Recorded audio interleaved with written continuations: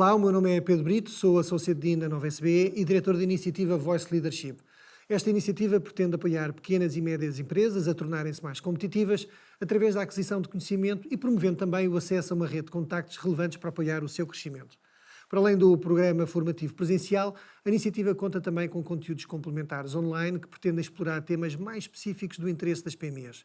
Hoje temos connosco o Gonçalo Coelho de Carvalho, executivo há mais de 20 anos, que tem vindo a liderar equipas de marketing e de vendas em pequenas e médias empresas. Uma das suas áreas de especialidade é a inovação no desenvolvimento de estratégias empresariais. E hoje vou ter a oportunidade, precisamente, Gonçalo, de te entrevistar sobre estratégias de Oceano Azul e das capacidades dinâmicas. Bem-vindo ao podcast do Voice Leadership. Obrigado pela oportunidade. Em que é que consiste esta abordagem?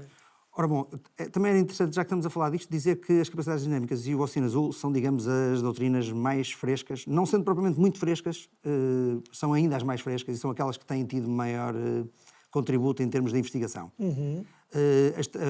O tema do estado da arte da estratégia tem estagnado um bocadinho. Porquê? Porque tem-se desenvolvido muito o contributo da inteligência artificial, da aprendizagem automática, blockchain, portanto há uma data de realidade aumentada, portanto há uma data de nuances digitais que se têm desenvolvido muito no mercado, inclusivamente com empresas altamente capacitadas nessas matérias. E, portanto, a estratégia não evoluiu tanto porque neste momento está a ferver muito todo o contributo dessa, inclusivamente para a sustentação de estratégia de Oceano Azul e de capacidades dinâmicas. Mas indo às capacidades dinâmicas. O que é que as capacidades dinâmicas, como doutrina, e portanto é bom dizer que estamos a falar de duas correntes científicas, portanto revistas por investigadores e portanto com vários casos reais, vários casos de estudo que se mostram com muita frequência.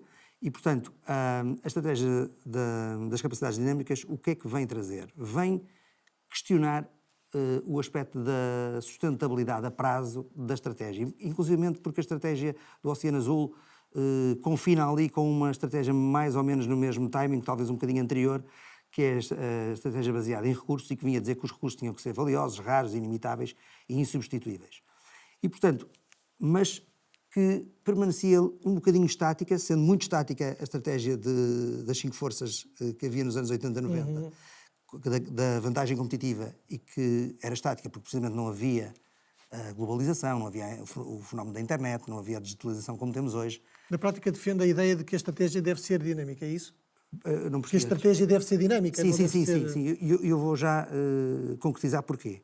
E, portanto, sendo a estratégia um aspecto que precisa de assegurar vantagem competitiva sustentável no longo prazo, então como é que se consegue isso, mesmo tendo recursos valiosos, raros, inimitáveis e insubstituíveis? É preciso fazer algo mais.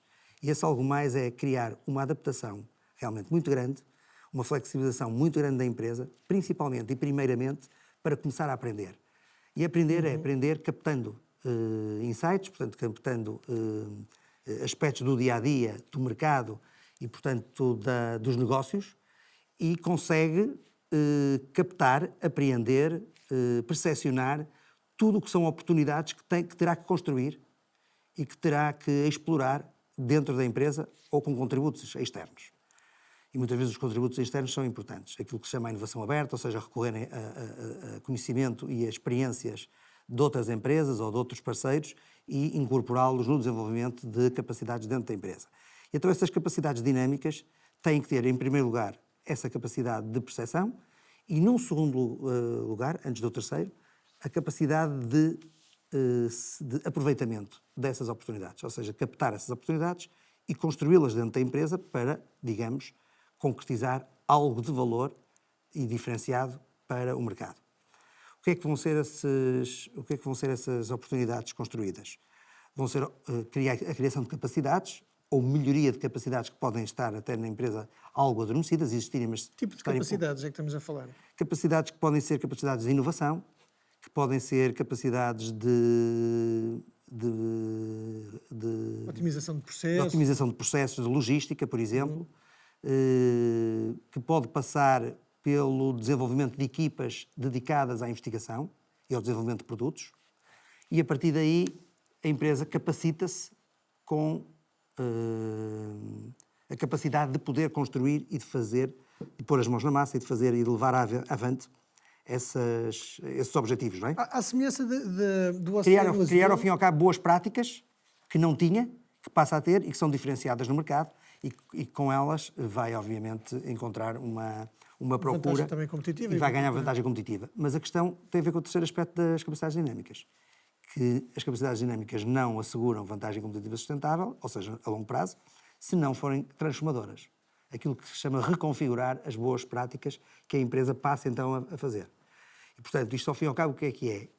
É olharmos para uma empresa, e podemos dar, por exemplo, o exemplo da Farfetch, que é um excelente exemplo pela positiva, mas que a dada altura se terá distraído momentaneamente, e como está num negócio tecnológico, obviamente que parar pode ser adormecer ou pode ser distrair-se, e, portanto, essa reconfiguração é necessária. Parece que a Farfetch se reconfigurou a tempo, e com a entrada de novo capital, agora parece que andou para a frente, e está a andar para a frente, mas é necessário perceber que as empresas, quando não fazem esse processo transformador num terceiro estágio das capacidades dinâmicas, não asseguram essa aptidão evolutiva. Portanto, a aptidão evolutiva entra aqui como um fator fundamental para a empresa ter capacidade de se regenerar e estar constantemente neste jogo de fizemos bem, mas não estamos satisfeitos, vamos percepcionar novamente o que podemos fazer, quais são as necessidades do mercado, o que é que são ameaças, não é? E percepcionar as ameaças. Não tanto aqui numa lógica da ótica da análise SWOT. A análise SWOT, eu diria, está a ficar um bocadinho ultrapassada, porque não é tão necessário estar tão preocupado com a concorrência. É muito mais interessante o que é uma procura latente, adormecida e não explorada no mercado. E, por exemplo, no âmbito tecnológico, as empresas podem se capacitar em termos, e devem capacitar-se em termos digitais, tudo o que está associado à inteligência artificial. E o que daí advém, inclusive, para este primeiro estadio das capacidades dinâmicas no aspecto de percepção, é, por exemplo, o contributo do Big Data, ou seja, da grande quantidade de dados, e de fazer análise preditiva, ou seja, uma análise que consegue antecipadamente analisar dados, juntar muitos dados e daí extrair conclusões e perceber, inclusive, preferências dos consumidores. Mesmo em empresas que não têm tantos dados, é preferível comprarem esses dados através de empresas especializadas nisso, sim. e há. E hoje em dia, como disse, há muitas empresas boas e muito bem capacitadas, inclusive portuguesas, muitas já são conhecidas, obviamente. Por onde começar? Ou seja, que enquanto PME, eu aqui faço uma representação de um gestor de uma PME, quais é que são assim os desafios e os primeiros passos que eu devo dar para implementar uma destas abordagens que mencionaste? Eu acho que é importante criar duas missões na empresa fundamentais. Uma é interiorizar na organização a importância da inovação e da mudança. Inclusivamente porque a mudança também está muitas vezes associada a ter que mudar o mindset, portanto mudar a mentalidade e a predisposição para fazer investimentos. Não é possível fazermos omeletes sem ovos, não é? E portanto, é muitas vezes preciso a empresa capacitar-se que vai ter que fazer investimentos, que esses investimentos vão ser benéficos para a empresa, mas haver uma predisposição para a mudança e para a captação dessas oportunidades e para a criação de equipas que estão altamente vocacionadas e capacitadas para isso. Um bom exemplo é pensarmos na Sonai. A Sonai sempre foi uma empresa que apostou muito nos recursos humanos. Sempre valorizou muito a capacitação ao mais alto nível, em termos executivos, e, portanto, as pessoas têm essa capacidade e dessa preparação. E uma empresa, quando tem isto no seu ADN, fica muito mais à vontade e muito mais ágil, e aqui a agilidade hoje em dia é chave, não é? Portanto, tanto a agilidade como a flexibilidade são importantes neste aspecto. Portanto, a criação destas equipas. Depois há outras capacidades que têm a ver, inclusivamente, no âmbito do digital, que a empresa pode se valer de subcontratação de empresas especializadas nesta área, ou pode recrutar pessoas com preparação e capacitação nesta matéria e, portanto, desenvolver aspectos no âmbito da inteligência artificial, da aprendizagem automática. A aprendizagem automática, conhecida como, utilizando o termo inglês, machine learning, é um subcapítulo da inteligência artificial e, portanto, que ajuda nesta análise de dados, nesta capacidade de perceber e percepcionar vontades e desejos dos consumidores. Perfeito. Então, vou tentar fazer aqui um breve resumo. Gonçalo, por favor, complementa, reforça Ok. como achares mais adequado. Hoje estamos a falar sobre o tema da estratégia do Oceano Azul e das capacidades dinâmicas. Começámos por explorar um pouco aquilo que é o próprio conceito de estratégia empresarial, o que é, o que não é. Naturalmente que sabendo que não há nenhuma receita única, porque existem diferentes abordagens, o contexto é diferente, o mercado é diferente, mas uma estratégia empresarial tem de ter um propósito de ganhar vantagem competitiva, sustentável. Isto está muito intimamente ligado a entregar valor no longo prazo. Tem de ter uma estratégia de valor, de criação de valor, e tem de ser nova, tem que ser diferenciada, tem de surpreender, quase como se fosse uma batalha, não é? Porque a batalha, no final do dia, eu tenho que ter uma capacidade de surpreender o meu adversário, neste caso eu tenho que ter capacidade de surpreender o ecossistema, a começar pelos meus próprios clientes e eventualmente até a comunidade interna. Tem de ganhar músculo e, portanto, isto exige que a estratégia esteja sempre a exercitar, tenha que ir ao ginásio com muita frequência. E conciliar a liderança de custos com inovação, com diferenciação. Exatamente. Já lá irei. Tomei essa nota também, que eu perguntei, não estava claro. Tem de evoluir muito mais rapidamente do que aquela que era no passado, utilizando os recursos de uma forma também diferenciadora. Não é planeamento, necessariamente, estratégia, porque não é aí que existe a diferenciação. Também não é compra de um armazém para um cluster de empresas onde eu possa identificar clientes, também não é ter um resultado positivo. É importante até sublinhar que a estratégia tem muito a ver com ambição, no bom sentido da palavra, não é? Portanto, a empresa tem que ter aquela vontade, aquela ambição de chegar a um patamar onde ainda não está, e muitas vezes até não necessariamente para derrubar a concorrência, mas para se pôr em primeiro, para ser a referência, para ser... Até porque muitas vezes... Mas tem que assegurar a construção de valor também para os acionistas, obviamente. Naturalmente. Em primeiro lugar, isso acho que faz todo o sentido. Eu costumo dizer que a estratégia tem que ter um bom equilíbrio hoje em dia entre profit and purpose, não é? Os resultados e também o propósito, mas também tem que ter a capacidade de fazer sonhar o ecossistema, a começar pelas próprias equipas, porque se a estratégia é simplesmente o atingimento dos objetivos financeiros, a causa acaba por ser curta, mesmo para os clientes que têm uma expectativa de cada vez mais colaborar, comprar produtos e serviços, uma organização que tem os valores no sítio certo, não é? E com muito foco, também que é um aspecto muito importante a sublinhar. Falamos de inovação de valor, ou seja, a convergência de liderança de custos e diferenciação em simultâneo, mas o foco naqueles atributos. As estratégias do Oceano Azul eliminam inclusivamente atributos que o mercado tradicional valoriza, mas que, tendo esta proposta, vai deixar de valorizar assim tanto. E vai passar... Começa a valorizar outro tipo de... E muitas vezes passa a valorizar, consumindo produtos de oceanos mais vermelhos ou mais tradicionais, ou do que é mais tradicional naquela indústria, passa também a consumir porque identifica claramente... Atributos diferentes. Atributos diferentes, sim. E falamos precisamente do Oceano Azul. Penso que, para quem tiver interesse, depois vamos deixar uma referência de um livro que acaba por explorar com mais profundidade este tema, aqui também com a referência do Gonçalo. O Oceano Vermelho não é mais do que um mercado mais saturado, luta por cota de mercado, em que o preço já é um preço muito mais reduzido, por conta da competição dos diferentes competidores. Naturalmente, um cliente gosta bastante deste mercado porque tem preços mais acessíveis, mas pode não ter um produto ou um serviço diferenciado por essa mesma razão. Já o Oceano Azul, estamos a falar sobretudo da criação de nicho, podem ser novos modelos de negócio, podemos estar a falar de produtos e serviços, pode ser um novo mercado, mas que cria uma nova procura. Oferta de valor. É uma oferta de valor, há novidade, consegue conciliar finalmente aquilo que estavas a falar, a liderança de custos e a diferenciação e inovação. Depois explorámos também aqui uma questão de o que é que então são os impactos destes atributos únicos que resultam do Oceano Azul, porque isto cria uma procura única também menos concorrência e naturalmente melhores resultados. Portanto, vale a pena, mesmo que seja paralelamente àquilo que é o meu mercado tradicional, ir procurando estes oceanos azuis, não tem que mudar radicalmente daquilo que é o meu negócio como um todo. Deste aqui um par de exemplos muito interessantes, a Ryanair, que começou com esta abordagem de preços mais baixos, com um único modelo de avião, facilitando naturalmente toda a operação, aeroportos mais específicos. Mesmo a entrada de outros concorrentes acabou por ser um primeiro player a entrar no mercado e isso naturalmente teve a capacidade de ir fidelizando também uma rede de clientes. E de ser a referência. E de ser a referência. Hoje, quando se fala de low cost na Europa, fala-se de Ryanair em primeiro lugar.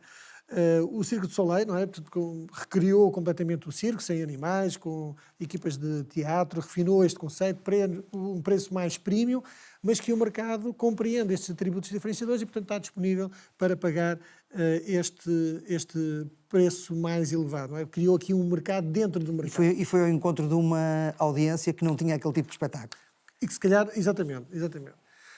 Falaste também num exemplo de uma empresa portuguesa para o calçado, com a Com Lemon Jelly. Lemon Jelly, com um design moderno, material também específico, com um cheirinho diferente. Quando se fala de sapato e cheirinho, é bom sempre clarificar, estamos a falar de cheios de frutas e afins, eco-friendly, e portanto acaba por também encontrar aqui uma série de funcionalidades que o torna diferenciador. Depois falámos de capacidades dinâmicas, não é? Daqui estamos a falar da importância de questionar a sustentabilidade da estratégia mais a longo prazo, portanto a estratégia tem que ser uma coisa muito mais dinâmica e, portanto, estas capacidades dinâmicas têm que permitir criar uma capacidade de aprendizagem por parte das organizações, capturando ideias que permitam explorar oportunidades de inovação, de crescimento, capacidades dentro das próprias empresas e, de alguma forma, também conseguir que essas capacidades possam ser capitalizadas em inovação, otimização de processos, desenvolvimento de investigação e desenvolvimento e que possam ser transformadoras, têm que ser aplicadas. Deste é um bom exemplo, que é um exemplo que penso que todos conhecemos, de uma empresa de grande dimensão em Portugal, que é a Farfetch. É um ótimo exemplo de quem tinha uma estratégia muitíssimo bem definida, mas tem que se adaptar porque o próprio contexto exige uma reconfiguração da sua própria estratégia, como tu tinhas referido. E é interessante perceber que podemos olhar para a Farfetch como um exemplo de Oceano Azul, no seu lançamento, mas se pensarmos naquilo que é o cariz do negócio e do contributo do digital num negócio como aquele, se calhar tem mais a ver com capacidades dinâmicas, hoje em dia, até porque o contributo digital é cada vez maior. E aqui fazer um bocadinho esse contraponto e ajudando até as PMEs a perceberem o que é que poderá ser mais adequado, cada caso é um caso. Claro que... Não podem ser combinadas? Poderão ser combinadas, sim, isso é algo que faz sentido em muitas situações, principalmente na capacidade de percepcionar. É muito importante também para o Oceano Azul. O Oceano Azul, ao fim e ao cabo, faz esse exercício. Mas eu diria que o Oceano Azul tem mais a ver com um negócio não tecnológico. Uhum. As pessoas podem pensar, mas Ryanair aviões, tecnologia... Não, o negócio em si não é tecnológico. Utiliza tecnologia, mas isso é um segundo aspecto. O modelo de negócio está muito mais focado na operação do que... Exatamente. Enquanto uma Farfetch é o e-commerce, é toda aquela digitalização e é todo aquele contexto de inteligência artificial subjacente que seguramente está por trás daquela máquina vencedora, não é? Muito interessante. E que hoje é importante para as empresas tecnológicas, claramente, aconselhar as capacidades dinâmicas. Não quer dizer que as empresas não tenham uma abordagem em termos de Oceano Azul, mas depois perceberem que não podem adormecer na boa prática ou no grande troféu que ganharam. E têm que assegurar, é como irmos ao ginásio. Hoje levantamos 10 quilos ou 20, fazemos 10 séries. Não, amanhã vamos ter que fazer 11, depois 12. Ou ganhar outras aptidões que até ali não tínhamos. E, portanto, ganharmos com isso vantagem, ficarmos melhores do que éramos ontem. E, finalmente, falámos daqui dos desafios e, se calhar, os passos a ter em consideração, interiorizar nas empresas a implementação de inovação e mudança, e muito consciente de que é necessário fazer investimentos se quisermos ter esse retorno, mesmo em dimensões que podemos nem ter muito presente. Deste o exemplo da Sonai, que aposta muitíssimo nos recursos humanos, tem sido um parceiro incrível também no Voice Leadership, e isto depois tem naturalmente um impacto também na capacidade de agilidade de inovação e mudança. E uma aposta também grande no digital, que é um importante enabler para o futuro da organização. E falaste em particular nas questões de inteligência artificial, que será cada vez mais uma alavanca para estas matérias. Principalmente para as empresas tecnológicas, o conselho que eu dou às PMEs, mesmo que não sejam empresas que sintam que a componente tecnológica é muito presente, mas se é, de alguma forma, e o contributo e a inspiração da ajuda de empresas especializadas nessa área podem inclusivamente abrir a pestana, para essa expressão, das pessoas que trabalham dentro da organização e ajudar a organização a ver com outros olhos as oportunidades. Porque realmente hoje em dia, nós através da inteligência artificial conseguimos fazer um vídeo em segundos, introduzindo uma pequena quantidade de texto numa aplicação ou num site. Já existe isso. Há várias formas de inteligência artificial. E há vários subcapítulos de inteligência artificial, como é a aprendizagem automática, muito importante para esta questão dos dados. E, portanto, as empresas têm aqui uma oportunidade, e há empresas portuguesas fantásticas na questão da inteligência artificial e tudo o que está subjacente. Gonçalo, muitíssimo obrigado e espero ver-te em breve aqui no podcast. Obrigado, foi um prazer. Obrigado. Obrigado.